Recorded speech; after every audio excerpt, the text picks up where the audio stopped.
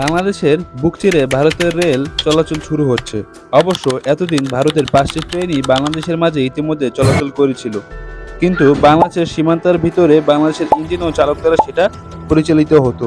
কিন্তু নতুন প্রস্তাবে সেটা সম্পূর্ণ ভারতীয়রাই চালাবে। এতে ভারতের এক প্রান্ত থেকে অন্য প্রান্তে যাওয়া খুবই সহজ ও দ্রুত হয়ে যাবে। সেভেন সিস্টার আর টেকনিকের কারণে ভারতের কাছে এটা এক বিশেষ সুবিধা তাৎপর্য বহন করে।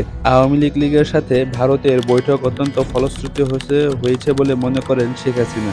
কারণ এক তরফা ভারতের স্বার্থ রক্ষার ক্ষেত্রে অসম্ভব সবকিছু দিয়ে এসেছেন তিনি। বাংলাদেশের জনগণের স্বার্থের বিপরীত দিয়ে এই রকমের সিদ্ধান্ত কি দেশের সার্বভৌমত্বের উপর প্রশ্ন নয়? বিনিময় কি পাচ্ছে বাংলাদেশ? জাতি জানতে চায়, তাহলে কি পদ্মা সেতুর আসল উদ্দেশ্য কি ছিল? ভারতের রেল ট্রানজিট দেওয়া?